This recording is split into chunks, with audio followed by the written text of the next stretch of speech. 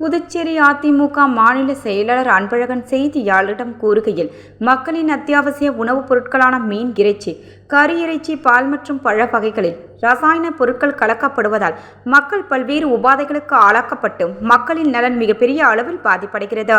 மேற்கண்ட வகையிலான அத்தியாவசிய உணவுப் பொருட்கள் நீண்ட நாள் கெடாமல் இருப்பதற்காகவும், கூடுதல் சுவையூட்டவும், வெகு விரைவில் காய்களை ஒரே சீராக பழங்களாக மாற்றவும் பல்வேறு ரசாயன பொருட்கள் கலக்கப்படுகின்றன. வெளி மாநிலத்தில் இருந்து புதுச்சேரிக்கு மீன்கள் விற்பனைக்காக கொண்டு வரப்படுகின்றன. அந்த மீன்கள் 10 நாட்களுக்கு மேலாக கெடாமல் இருப்பதற்காக பார்மலின் என்ற ரசாயன பொருள் கலக்கப்படுகிறது.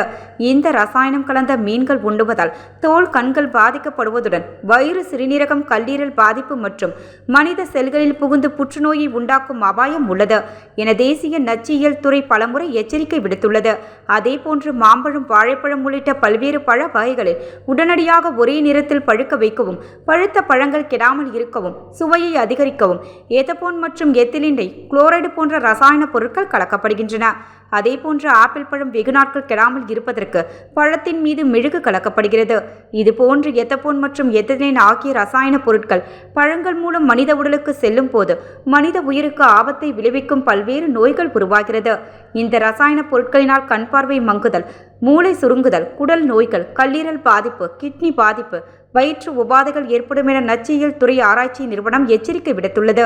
அதேபோன்று நாம் தினசரி அருந்தும் பால் கெடாமல் இருப்பதற்காகவும், பாலின் அடர்த்தி அதிக அளவில் இருப்பதற்காகவும் பல ரசாயன பொருட்கள் கலக்கப்படுகின்றன.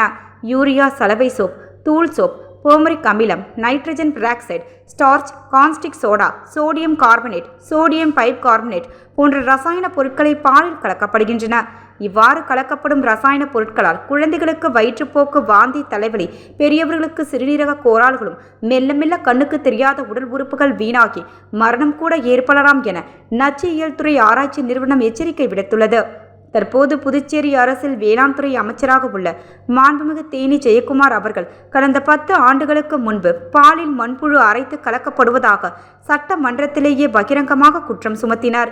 மேற்கூறி கலப்படங்கள் அனைத்தும் விற்பனை செய்யப்படுகின்ற அனைவராலும் கலக்கப்படுவதில்லை. குறிப்பிட்ட ஒரு சிலர் தங்களது பேராசை பிடித்த வருமான ஆசையினால் மனித உயிர்களை பற்றி கவலைப்படாமல் தாங்கள் விற்பனை செய்யும் உணவுப் பொருட்களில் ரசாயனத்தை தெரிந்தே கலக்கின்றனர்.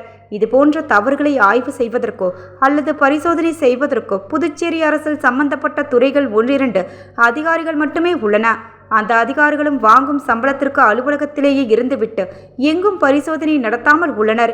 குறிப்பாக தற்போது பாய்லர் கோழி மற்றும் அந்த பிராய்லர் இறைச்சி மூலம் செய்யப்படும் ஃபாஸ்ட் ஃபுட்ஸ் என்ற துரித உணவுகளை உண்ணுவதால் கடந்த 2 தினங்களில் மட்டும் பல நூற்றுக்கும் மேற்பட்ட மக்களுக்கு டயரியா என்ற வாந்தியும் பேதிகளால் பாதிக்கப்படுகின்றனர்.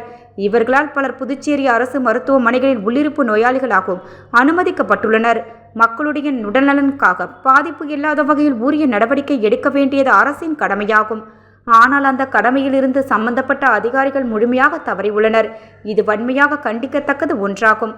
சுகாதாரத்துறையை தன் பொறுப்பில் வைத்துள்ள மாண்புமிகு முதலமைச்சர் அவர்கள் இது சம்பந்தமாக உரிய தடுப்பு நடவடிக்கையை உடனடியாக எடுக்க வேண்டும். தலைமை செயலாளர், சுகாதாரத்துறை செயலாளர், சுகாதாரத்துறை இயக்குனர், மாசு கட்டுப்பாட்டு அதிகாரி, உணவு பாதுகாப்புத்துறை அதிகாரிகள் உள்ளிட்ட சம்பந்தப்பட்ட அதிகாரிகளுடைய கூட்டத்தினை கூட்டி ரசாயன பொருட்கள் கலந்த உணவுப் பொருட்கள் புதுச்சேரியில் விற்பனை செய்வதை தடுக்க உரிய நடவடிக்கை எடுக்க வேண்டும் என அவர் கூறினார்.